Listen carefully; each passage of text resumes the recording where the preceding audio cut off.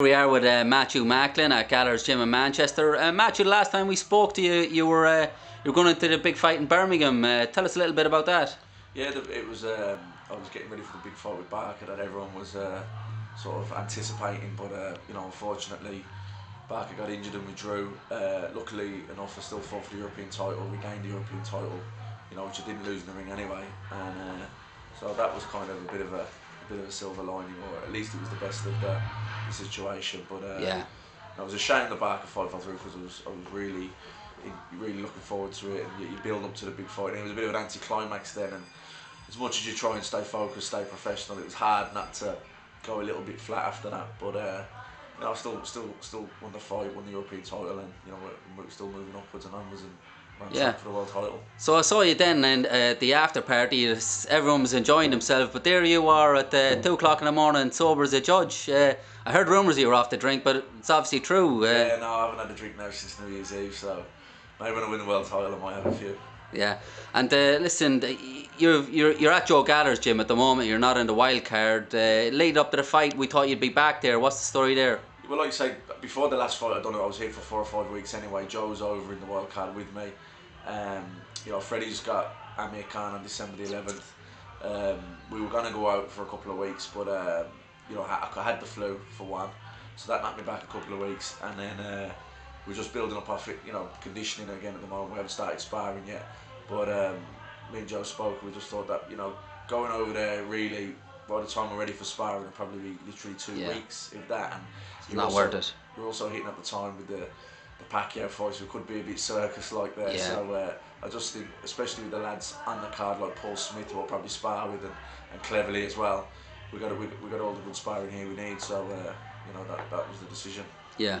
So you haven't started your sparring yet, but you're doing your conditioning at the moment. How's that going? Yeah, no, good. Yeah, I was on the track this morning early, and we're getting there now. The fitness is coming off good. So and, you did a couple of laps there, did you? That's it. Well, it wasn't that long ago. I was, only, what was it, 6-7 weeks. I was super fit, Yeah.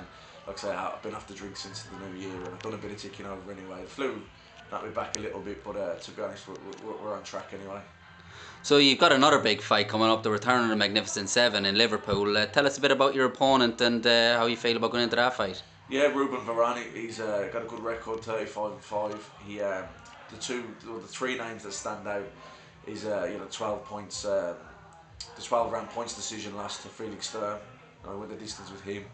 It's always nice if you can win and do a better job, even though stars make fights. It's still a statement. He had a good win over Lucas Kanenke, who obviously stopped Matthew Hall on the Magnificent Seven show. He's a good fighter, European light middleweight champion, so that's a very good win for Varon. Tough guy, so tough fight, but like I say, I believe I'm world class now. I believe I'm ready for anyone in the middleweight division. I think I can beat anyone in the middleweight division, and I want to win this fight, and then please God, it's a world title shot after that. Well, talking of a world title shot, what do you think is the easiest route to getting into a title shot? Well, there's Paul Williams is fighting Sergio Martinez on November 20th. I'd love the winner of that. Equally, Sebastian Sylvester just had the best win of his career.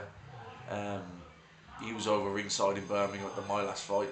My last fight with everything, all the circumstances surrounding it wasn't the most vintage of performances by me. It was a good performance, and it was a professional performance. I got the job done, and I stopped the guy, without breaking first gear really, who had never been stopped. But his sort of negativity and his sort of caginess prevented me from showing what I was capable of. So maybe with him having his best win and me not having my best, he might take the fight. So it might entice him into the ring. Happen, yeah. And listen, there was a little bit of a furore back in Ireland there over the last couple of weeks with regards to Andy Lee and John Duddy and yourself. What's your understanding of the situation there? Well, my understanding from my manager Brian Peters was that he offered the two of them a deal to fight each other, but part of the deal was that they were tied into a fight with me.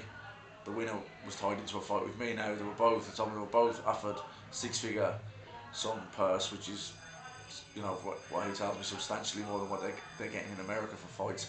And they'd also get another 6-figure purse for fighting me. So it was disappointing that they didn't take the fight. These are the fights people want to see. It's like the Barker pulling out, although it seems to be a genuine injury. It's still disappointing that that doesn't come off, because You know, they're the fights people want to see. Yeah. You know, they want to see me and Andy fight. They want to see me and John fight. They want to see John and Andy fight.